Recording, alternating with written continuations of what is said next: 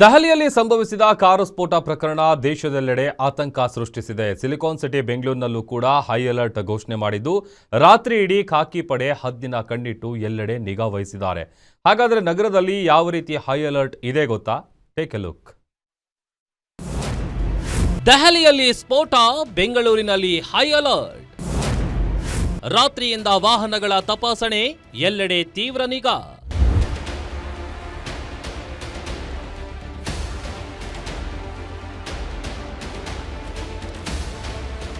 ರಾಷ್ಟ್ರ ರಾಜಧಾನಿ ದೆಹಲಿಯಲ್ಲಿ ಸಂಭವಿಸಿದ ಸ್ಫೋಟ ದೇಶದಲ್ಲಿ ತೀವ್ರ ಆತಂಕ ಸೃಷ್ಟಿಸಿದೆ. ಕಾರು ಸ್ಫೋಟದ ಬಳಿಕ ದೇಶದಲ್ಲಿ ಹೈ ಅಲರ್ಟ್ ಘೋಷಣೆ ಮಾಡಿದ್ದು, ಎಲ್ಲೆಡೆ ತೀವ್ರ ನಿಗಾ ವಹಿಸಲಾಗಿದೆ. ರಾಜ್ಯ ರಾಜಧಾನಿ ಸಿಲಿಕಾನ್ ಸಿಟಿಯಲ್ಲೂ ಕೂಡ ಹೈ ಅಲರ್ಟ್ ಘೋಷಣೆಯಾಗಿದ್ದು, ರಾತ್ರಿ ಇಡೀ ಪೊಲೀಸರು ಫೀಲ್ಡ್ಗಿಳಿದು ಭದ್ರತೆ ಪರಿಶೀಲನೆ ನಡೆಸಿದ್ದಾರೆ. ನಿನ್ನೆ ರಾತ್ರಿಯಿಂದಲೇ ಅಲರ್ಟ್ ಆಗಿದ್ದ ನಗರ ಪೊಲೀಸರು ರಸ್ತೆಗಿಳಿದು ಪ್ರತಿಯೊಂದು ವಾಹನಗಳ ತಪಾಸಣೆ ನಡೆಸಿದ್ರು. ಅನುಮಾನಾಸ್ಪದ ವಾಹನಗಳನ್ನ ಪತ್ತೆ ಹಚ್ಚಿ ವಾಹನಗಳ ವಿವರ ಸಂಗ್ರಹಿಸಿ ಕಳುಹಿಸಿದ್ರು.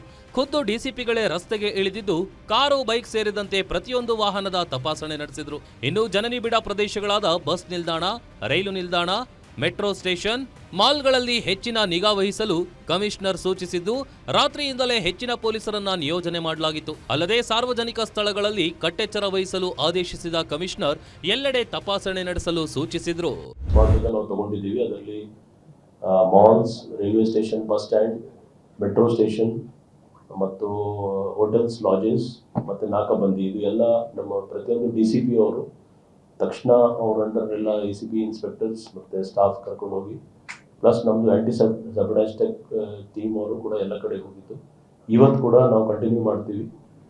ಯಾವುದು ಜನಕ್ಕೆ ಭಯ ಪಡಲಿಕ್ಕೆ ಯಾವುದು ಸಮಸ್ಯೆ ಇಲ್ಲ. ನಾವು ಮುಂಜಾಗ್ರತವಾಗಿ ಇದು ಒಂದು ಪ್ರಿವೆಂಟಿವ್ ಮೆಷರ್ಸ್ಗೋಸ್ಕರ ಎಲ್ಲಿ ಯಾವುದು ಇನ್ಸಿಡೆಂಟ್ ಆಗಬಾರ್ದು ಅಂತ ಆ ನಿಟ್ಟಿನಲ್ಲಿ ಅಲರ್ಟ್ ಒಂದು ಇದೆ ಎಲ್ಲ ಕಡೆ. ಆ ನಿಟ್ಟಿನಲ್ಲಿ ನಾವು ಕೆಲಸ ಮಾಡಿದ್ದೀವಿ.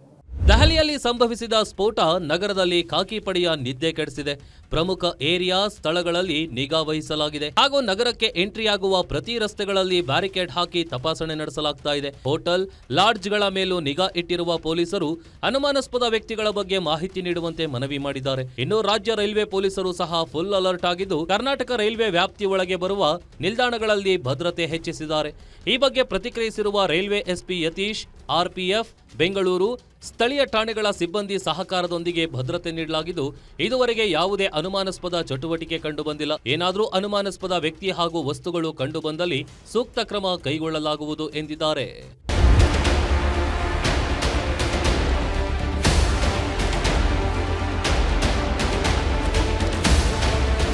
ಒಟ್ಟಾರೆ ರಕ್ತ ಪಿಪಾಸುಗಳ ಅಟ್ಟಹಾಸಕ್ಕೆ ಹಲವರು ಪ್ರಾಣ ಬಿಟ್ಟಿದ್ದು, ರಾಜ್ಯದಲ್ಲಿ ಕಟ್ಟೆಚ್ಚರ ವಹಿಸಲಾಗಿದೆ. ಅದೇನೇ ಇರಲಿ, ಪೊಲೀಸರು ಎಷ್ಟೇ ಅಲರ್ಟ್ ಆಗಿದ್ರೂ ಸಹ ಕಿಡಿಗೇಡಿಗಳು ಮಾತ್ರ ತಾವು ಮಾಡುವ ಕೆಲಸ ಮಾಡ್ತಾನೆ ಇರ್ತಾರೆ. Ajay Kumar, crime bureau, guarantee news, Bengaluru. ದೆಹಲಿಯ ರೆಡ್ ಫೋರ್ಟ್ ಬಳಿ ಭೀಕರ ಬಾಂಬ್ ಬ್ಲಾಸ್ಟ್ ಬೆನ್ನಲ್ಲೇ ಅತ್ತ ಉಗ್ರ ರಾಷ್ಟ್ರ ಪಾಕಿಸ್ತಾನದಲ್ಲೂ ಕಾರ್ ಬಾಂಬ್ ಬ್ಲಾಸ್ಟ್ ಆಗಿದೆ. ದುರಂತದಲ್ಲಿ 12 ಮಂದಿ ಸಾವನ್ನಪ್ಪಿದ್ದಾರೆ, 20 ಮಂದಿ ಗಂಭೀರವಾಗಿ ಗಾಯಗೊಂಡಿದ್ದಾರೆ.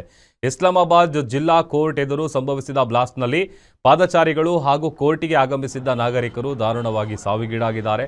ಡೆಡ್ಲಿ ಬ್ಲಾಸ್ಟ್ಗೆ ಸ್ಥಳದಲ್ಲಿದ್ದ ಹಲವು ವಾಹನಗಳು ಹಾನಿಗೀಡಾಗಿವೆ.